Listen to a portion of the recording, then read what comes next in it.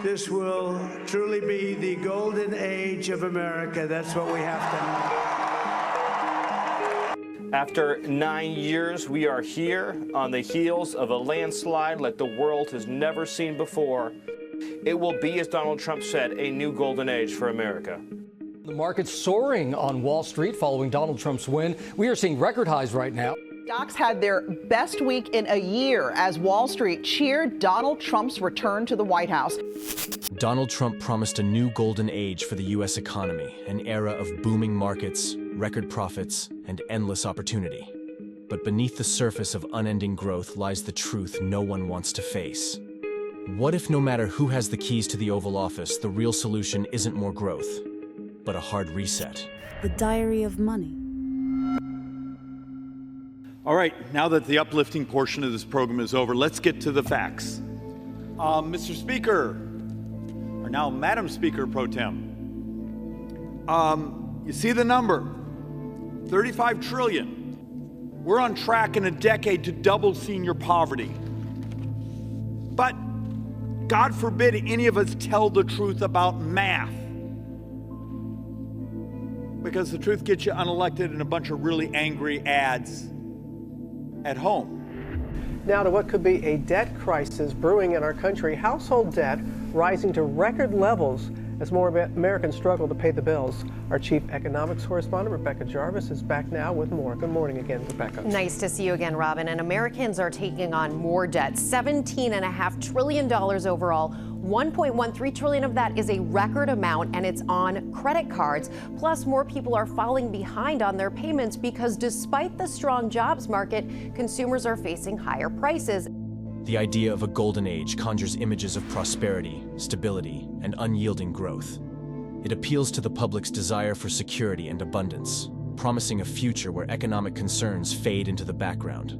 However, this narrative ignores the cyclical nature of economies and the hard truths of unsustainable practices. Economies, like ecosystems, thrive on balance.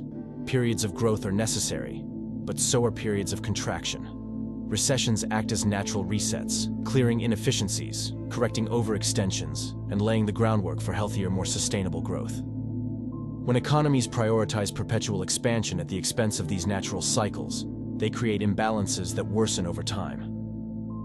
The U.S. economy has become a prime example of this imbalance. The relentless pursuit of growth has led to unsustainable debt levels, inflated asset bubbles, and growing inequality. While these issues may not be immediately visible, they simmer beneath the surface, eroding the foundation of long-term stability. The signs were everywhere, but now it's official. We are in a recession. The research group that makes that determination made it today and said the recession actually started a year ago. But the question now, when will it end? During the financial crisis, U.S. debt stood at approximately $10 trillion, with a debt-to-GDP ratio of 68%. Policymakers responded with massive borrowing to fund bailouts and stimulus, pushing the debt higher. The national debt has now ballooned to over $34 trillion, with a debt-to-GDP ratio exceeding 120%. This level of indebtedness leaves little room for maneuver in future crises and increases the government's vulnerability to rising interest rates. High debt levels today act as a drag on economic growth. Servicing this debt is projected to surpass $1 trillion annually, reduces fiscal capacity for investments in infrastructure, education, or healthcare.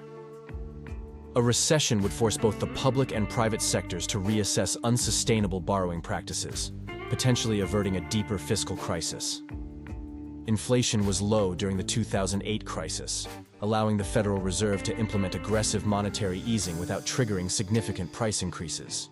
But in today's time, the U.S. economy is grappling with persistent inflation, which remains above the Federal Reserve's 2% target. Core inflation in 2024 hovers around 3.9%, while energy and housing costs strain household budgets. Okay, if the numbers are confusing you, let me paint you a different picture. Imagine this. The U.S. economy is a patient on life support, and the government is the doctor wielding an impressive arsenal of tools. During a crisis, they reach for the syringe of stimulus, pumping liquidity into the veins of the economy to keep it alive. They adjust the dials on interest rates, lowering them to encourage borrowing and spending. They pass fiscal packages to keep businesses afloat and consumers spending. But over time, this doctor has run into a conundrum. Each intervention is like a bandage slapped onto a deeper wound.